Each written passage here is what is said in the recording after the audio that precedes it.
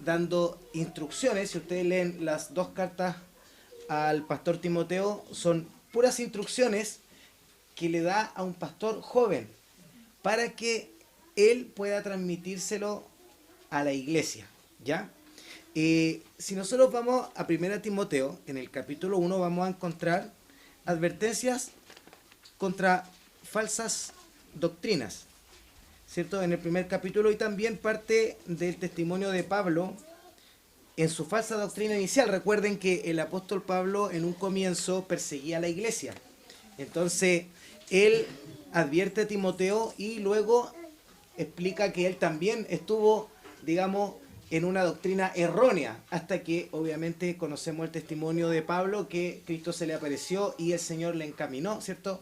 Fue salvo, se encaminó y luego tenía la doctrina correcta para la predicación. Quiero que nos centremos, porque vamos a pasar por las dos cartas de Timoteo, pero nos vamos a centrar en unas lecturas específicas, comenzando en el capítulo 2, versículos del 1 al 4. Yo voy a leer estos versículos y luego vamos a profundizar un poco y vamos a hacer una comparación con los tiempos que estamos viviendo justamente ahora, ¿ya? Dice así, 1 Timoteo capítulo 2, 1 al 4, dice: exhorto ante todo a que se hagan rogativas, oraciones, peticiones y acciones de gracia por todos los hombres, por los reyes y por los que están en eminencia, para que vivamos quieta y reposadamente en toda piedad y honestidad. Porque esto es bueno y agradable delante de Dios nuestro Salvador, el cual quiere que todos los hombres sean salvos y vengan al conocimiento de la verdad. Amén. Hermanos, acá lo que el apóstol Pablo está recomendando o está instruyendo al pastor joven Timoteo, le está diciendo que transmita a la iglesia y también para él que se hagan ante todo rogativas. Rogativas. ¿Dónde podemos ver un ejemplo de rogativa en la Biblia? Por ejemplo, no sé si recuerdan a Ana, cuando oraba por un hijo, vemos que ella no hizo una oración simple, hizo una rogativa, ese tipo de oración donde uno se derrama y ruega. También dice que hagamos oraciones, como por ejemplo las que nos enseñó nuestro Señor, el Padre Nuestro, ¿cierto? Oraciones, también peticiones, y las peticiones tienen una característica que está escrito, digamos, en otra parte en la Biblia, ¿cierto? Que tienen que ser las peticiones de acuerdo a su voluntad, de acuerdo a su voluntad. De esta forma nosotros tenemos que orar con peticiones y acciones de gracias. Acciones de gracias que son motivo de alabanza. Bueno, hemos escuchado a Pastor Samuel hablar mucho acerca de la oración, ¿cierto? Y aquí aparecen 4 tipos de comunicación, contacto con el Padre. Y fíjese lo que dice luego, todo este tipo, digamos, de oración, de rogativa, es por todos los hombres. Por todos los hombres. Más abajo vamos a ver que esta frase, todos los hombres, se repiten.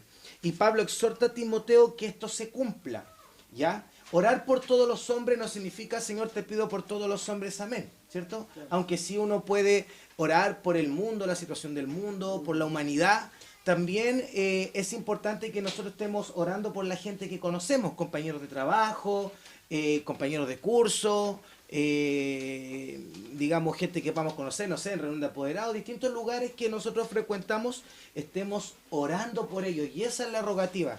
Fíjese, hermano, el versículo 2 dice, ¿por quiénes tenemos que orar? Díganme ustedes, por los reyes, por todos los que están, por los reyes, los que están en eminencia. O sea, trasladado a nuestros tiempos, tenemos que orar por nuestros presidentes, por nuestros ministros, por nuestros senadores, por nuestros diputados, por nuestros alcaldes, por nuestros concejales, porque ellos son la eminencia, ¿cierto? Ellos son los que están, digamos, velando por el bienestar del país. Bien o mal, cada uno lo puede juzgar. Pero aquí, ¿qué es lo que dice? Primero dice que oremos por todos los hombres y ahora dice que este tipo de oración es para los que están en eminencia. Y eso tiene un propósito. ¿Por qué debemos orar por ellos? Por un propósito definido que aparece aquí. Para que vivamos, uno, vivamos quieta y dos, últimamente hemos vivido quietamente, hemos podido estar de forma reposada. Eso es para nosotros los cristianos, porque yo sé que algunos lo cumplen, otros no. Yo de hecho me hago mea culpa porque me he visto opinando ciertas cosas, cuando lo primero que acá el apóstol le está diciendo a Timoteo para nosotros, o para la iglesia que él pastoreaba, pero que se transmite a nosotros, es que vivamos quieta y reposadamente como propósito, luego de orar por nuestras autoridades. Y también que vivamos en toda piedad y honestidad. Quiere que sus hijos tengamos paz y tranquilidad y llevemos una vida piadosa y digna, o sea, con una conciencia limpia. Nosotros, hermanos, esa es la voluntad del Señor para nosotros, que podamos vivir quieta, reposadamente, en toda piedad y honestidad. Entonces recalco la importancia de la oración por nuestras autoridades. Incluso, fíjese, hermanos, lo que menciona el versículo 3. Dice, primero dice, ¿para qué? Para que vivamos quieta, reposadamente, en toda piedad, honestidad, ¿cierto? Y acá dice él un porqué de esta oración. Porque esto es bueno y agradable delante de Dios nuestro Salvador. ¿Quiere usted agradar al Señor? Sabemos que sí, ¿cierto? Muchas veces decimos, hermano, oren por mí, yo quiero agradar al Señor. De alguna u otra forma, ¿cierto? Quiero serle agradable a Él. Bueno, acá tiene una forma de ser agradable al Señor. ¿De qué forma?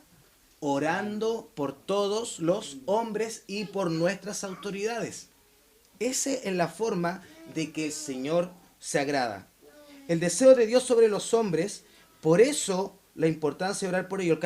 El versículo 4 incluso es muy muy importante. Fíjese el deseo que el Señor tiene para los hombres, el cual quiere que todos los hombres sean salvos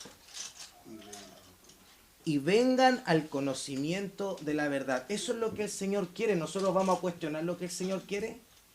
No podemos cuestionar lo que el Señor quiere. Él quiere que todos sean salvos. Y si Él nos transmite eso, de que todos sean salvos, entonces nosotros debemos orar por todos los hombres y por los que están obviamente en eminencia. Saben ustedes que este país necesita mucha oración. Y yo me alegro de las cadenas de oración. A lo mejor algunos lo han podido cumplir, otros no. Pero sí, en el momento en que usted tenga el tiempo de arrodillarse, orar fervientemente, con rogativa, como decía al principio, ¿cierto? Y también con acción de gracia, hermano, porque debemos reconocer que hay países que están peores que nosotros. Y nosotros, como decía la hermana, gracias a Dios que no he visto ningún hermano que haya perdido todo, digamos. Yo he visto en Puente Alto, hermanos, locales saqueados de gente extranjera, los chinos, ¿cierto? Que tienen, hermano, todo quemado. Porque quemaron una FP y se quemó al lado, los chinos, se quemó al lado una tienda de artículos electrónicos, hermano, quemado. Esa gente tiene que empezar de cero. Entonces, agradezcamos el país donde estamos, nuestras autoridades sean como sea, pero también roguemos encarecidamente por ellos. Luego, más abajo escribe sobre la suficiencia de Cristo. Ustedes pueden escudriñar más. Yo les recomiendo, si usted, obviamente la lectura bíblica pronto quizá va a venir Timoteo, porque ya entiendo que estamos en el Nuevo Testamento, que se fijen que son puras instrucciones, hermano. Y abajo, en el mismo capítulo, escribe sobre la suficiencia de Cristo y después el rol de la mujer, porque entendamos que Pablo le está dando muchas recomendaciones y muchas instrucciones a su discípulo, el pastor joven Timoteo. ¿Ya? Después también habla de los requisitos de los oficiales de la iglesia, la apostasía que se vivirá por ciertos hermanos, que causan división y que obviamente quieren introducir doctrina incorrecta. Fíjense ustedes en el capítulo 4 ahora, en el capítulo 4, el versículo 6.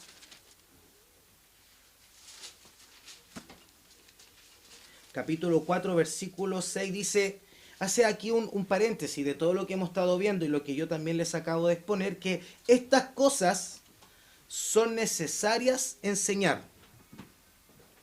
Dice, si esto enseñas a los hermanos, serás buen ministro de Jesucristo, nutrido de las palabras de la fe y de la buena doctrina que has seguido. O sea, le dice al pastor, ¿quieres ser un buen ministro?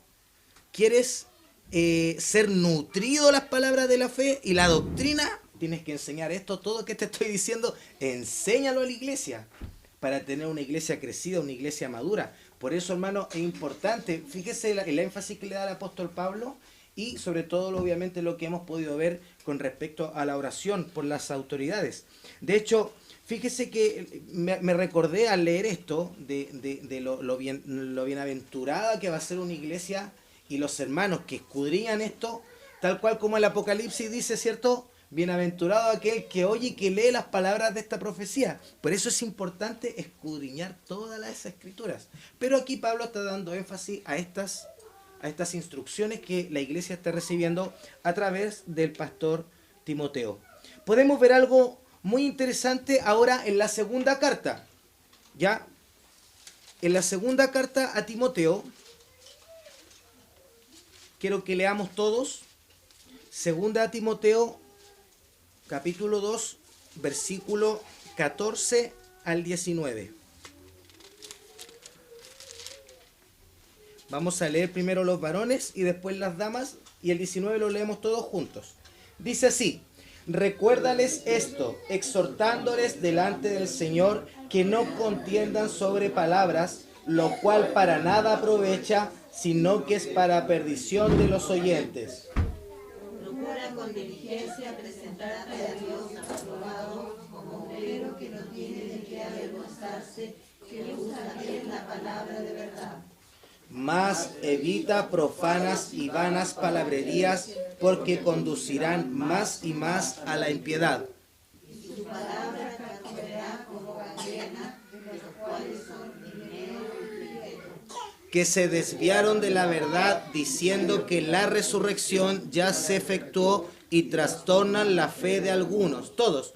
Pero el fundamento de Dios está firme, teniendo este sello: conoce el Señor a los que son suyos, y apártese de iniquidad todo aquel que invoca el nombre de Cristo. Fíjese, hermanos,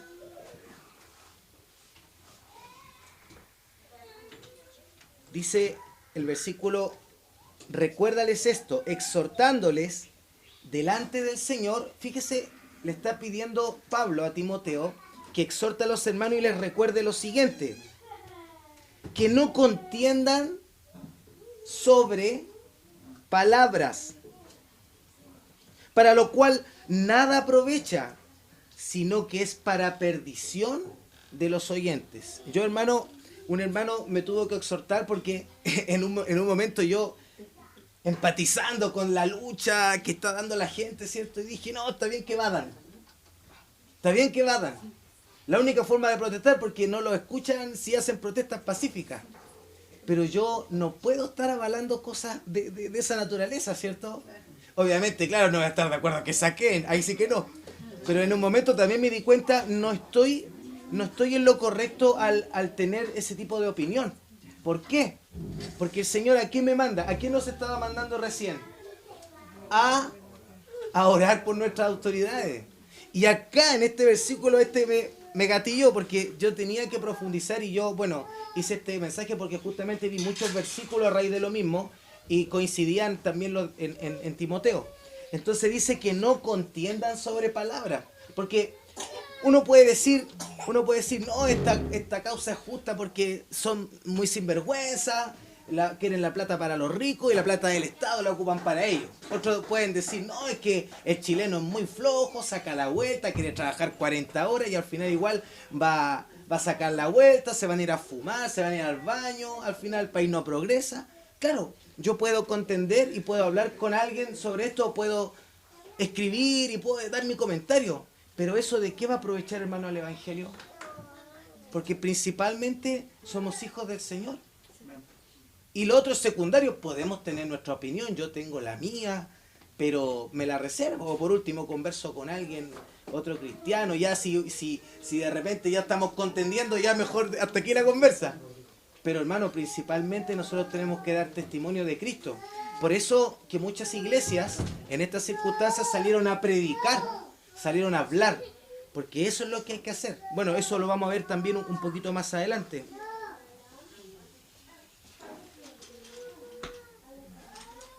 En el capítulo 3 ahora vamos a poder echar un vistazo a la sociedad en la cual estamos viviendo actualmente. Capítulo 3 de Timoteo. Segunda Timoteo capítulo 3.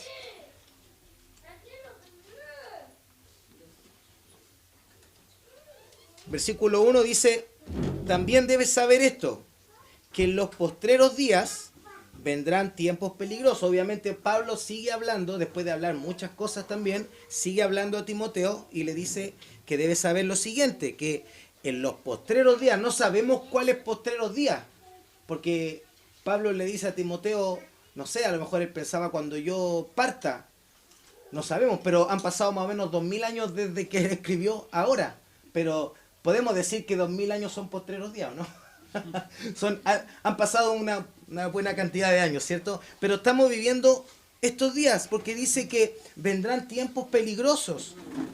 Y hermanos, fíjese la lista, vamos a tratar de entender un poco esta lista que el apóstol Pablo da acá. Dice que habrá hombres amadores de sí mismos, avaros, vanagloriosos, soberbios, blasfemos, desobedientes a los padres, ingratos, impíos, sin afecto natural, implacables, calumniadores, intemperantes, crueles, aborrecedores de lo bueno, traidores, impetuosos, infatuados, amadores de los deleites más que de Dios. Alguno podría pensar, mire, justo esas características tienen todos los que están en el Senado y el presidente y los ministros, son todos así. Hermano, la gente mal llamada humilde o de baja condición económica tienen estas mismas características. Si usted, hermano, conversa con la gente hoy en día, son las mismas características. Todos, en general, piensan en sí mismos y tienen esta lista de características. Fíjese que voy a dar algunos sinónimos para que puedan entender esta lista de características de la gente que estamos viviendo en estos tiempos. Habla de egoísmo, habla de avaricia, habla de jactancia, arrogancia. Blasfemos, obviamente, es cuando uno habla algo y menciona a Cristo en una conversión que Cristo no debería estar. Blasfemos. Desobedientes a los padres, eso no tiene mucha explicación, ¿cierto? Ingratos, impíos. Hermanos, cuando habla de sin afecto natural, habla de insensibles. Hoy en día, en estos tiempos, se ha perdido la sensibilidad. Y, lamentablemente, lo que nos muestran en la televisión hace que la gente también pierda la sensibilidad. Implacables, que nadie los puede contener, sino piense nomás en la gente que va manejando y que de repente quiere hacer algo, uno toca la bocina, nadie los puede calmar. Nadie los puede. No, uno dice, pero cálmese, no me calmo, nadie se calma, ¿cierto? Intemperantes, ¿qué significa? No se modera, son desproporcionados. Fatuo, el significado bíblico de fatuo se refiere a una persona o un acto que está falto de razón o de entendimiento. Fíjese también que se atribuye un significado bíblico de fatuo a aquellas personas vanidosas que dentro de su orgullo pueden resultar ridículas. Hay un pastor, entre comillas, en televisión, que solamente hace el ridículo. Y lo lamentable es que lo llaman a hablar para hacer el ridículo, no para mostrar realmente lo que la Biblia dice. Yo una vez también vi un video de otro pastor donde lo invitaron, un pastor muy calmado, le daba la respuesta a la persona y le decía, nosotros no discriminamos, la palabra de Dios dice y no pasamos. Y la persona lo empezó a atacar, a tratar de sacarle algo y no pudo, hermano. no pudo. Pero, cuando uno es orgulloso, cuando uno cree tener la razón y la quiere imponer, finalmente termina como ridículo y como fatuo, ¿ya? A eso también se refiere. Ellos son enemigos de todo lo bueno. También son traicioneros, impetuosos y finalmente también vanidosos. Hermanos, esa es la sociedad que tenemos. Y está escrito que los tiempos van a ser malos y cada vez peor. No debemos extrañarnos de estas cosas. Pero la encargatoria está de poder orar por las autoridades. Orar que alguno de ellos pueda conocer a Cristo. Yo, bueno, doy gracias al Señor que en mi comuna hay una concejal que es cristiana y se identifica como cristiana y habla como cristiana y uno la escucha y dice, bueno, qué bueno que esté ahí asesorando al alcalde, ¿ya? Pero oremos por esto para que algunos puedan ser salvos, ¿cierto? Para terminar, el capítulo 4 de Timoteo, versículo 1 al 4, hay una última encargatoria antes de que Pablo se despida, ¿cierto? Y de realizar algunos encargos personales, le da una última encargatoria. En el capítulo 4, versículo 1 al 4, dice así: Te encarezco delante de Dios y del Señor Jesucristo, que juzgará a los vivos y a los muertos en su manifestación y en su reino, que prediques la palabra, que instes a tiempo y fuera de tiempo, redarguye, reprende, exhorta con toda paciencia y doctrina. Porque vendrá tiempo cuando no sufrirán la sana doctrina, sino que teniendo comezón de oír, se amontonarán maestros conforme a sus propias concupiscencias y apartarán de la verdad el oído y se volverán a las fábulas. Esta última encargatoria, hermanos, que Pablo le da a Timoteo para la iglesia, es que luego de orar, luego de rogar, ¿cierto?, por las autoridades, luego de conocer los malos tiempos y las características de los hombres perversos en estos tiempos, le insta y le exhorta a que prediquen la palabra y que puedan instar a tiempo y fuera de tiempo, para que puedan redarguir. ¿Alguien sabe qué significa redarguir? Sí, pastor sabe, sí. ¿Alguien sabe? ¿Qué, hermana? ¿No sabe? No. Dígame nomás. Como convencerlo con un argumento, darlo vuelta con el argumento. Exacto, hacerlo cambiar de parecer. O sea que una persona piensa de una forma, pero ahora explicándole dice, me lo explicaste ahora, yo ahora pienso de otra forma. Eso significa redarguir. Eso es lo que nosotros tenemos que hacer, ¿cierto?, con la gente cuando predicamos. Reprende, exhorta con toda paciencia y dice aquí y doctrina, o sea, adoctrinarlos, enseñarles la palabra. Eso significa, eso se está refiriendo con toda paciencia y doctrina. Así que, hermanos, para concluir, quiero que puedan tener en su mente y en su corazón la importancia de orar, primeramente, y segundo, la importancia de predicar, y tercero también no caer en conversaciones vanas. Primeramente somos cristianos, después también somos ciudadanos, tenemos una ciudadanía en el cielo primero y luego acá en este país de Chile, ¿cierto? Si queremos ser de bendición para nuestra patria, más que estar hablando sobre la postura que puedo tener, mejor oremos y prediquemos la palabra. Amén, pastor.